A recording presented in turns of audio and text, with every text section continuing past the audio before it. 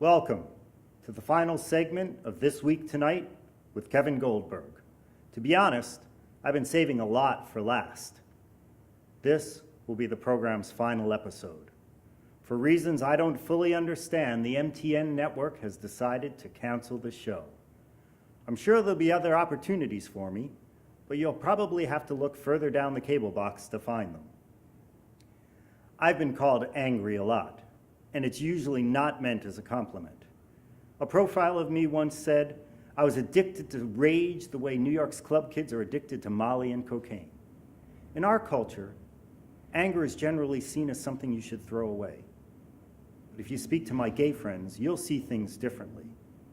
Particularly the friends that survived the AIDS epidemic and people's attempts to take away their rights before they really had any. For them, anger is an essential part of life, like air and water. But I recognize there's a limit to anger, and you can indeed become addicted to it, to that little adrenaline charge that you get from it. But at a certain point, you have to start looking for solutions. I was so blindsided that I never got around to that part, nor did I look very far. You won't find much mention of Syria or Yemen or even Flint in the past year of my show. I remember idiotic bullies in the 6th grade calling me a kike. But in my adult life, I never thought anti-Semitism was a serious threat to America. Now, people are spraying swastikas left and right. On This Week Tonight, we've been doing a series of investigative pieces into the so-called alt-right. But I never took them that seriously until people I'd researched and thought were thoroughly fringe figures began popping up elsewhere in the mainstream media. What can you say in a world where people like Richard Spencer and Gavin McInnes have become respectable?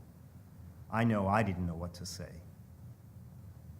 If you're a stoner, I advise you to get the most paranoia-inducing strain of weed you can find and load up your vaporizer.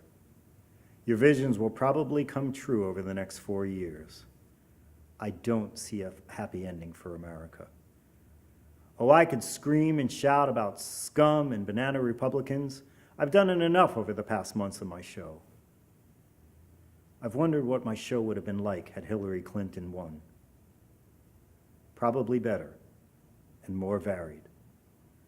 Barack and Michelle Obama once sent me a letter saying they loved my first book. I was thrilled and wanted to be close friends with them. Then I had to cover them on my show, and I realized that friendship is not such a good idea. When you succeed in media, your ego can blow up like a balloon. With luck, in a year or two, it settles down again. I've tried to be a good guy. Hell, I've testified at women's sexual harassment trials. I know I must depend on other people to do my job, but I feel like I've let them down as soon as they start puffing me up. I was a teenage punk. My heroes were Crass, Minor Threat, Rudimentary Peni, Discharge, and Husker Du.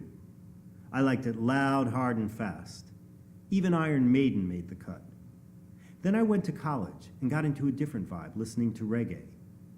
If Bob Marley said pot was amazing, and Peter Tosh said legalize it, then I thought it was worth trying. 3 years later, I'd smoked so much I could barely get high anymore.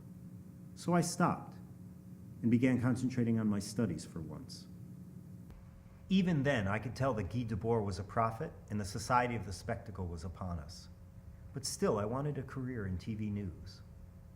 Success came my way, and I spent my 30s and most of my 40s happy and complacent. Then 2016 came around and killed off my sense of belonging to this country. And I'm an upper middle class straight white male. I can just imagine what it feels like to have your children be told they're going to be deported. So, I'm back to my roots. How do we escape from this? I used to want to be a short story writer. The heroes in my stories were, well, to put it frankly, versions of me. If they were female, they were based on girls I wanted to flatter in order to get into their pants. My stories aimed to combine Dumas with cyberpunk, with the character based on me always saving the day in a near-future dystopia.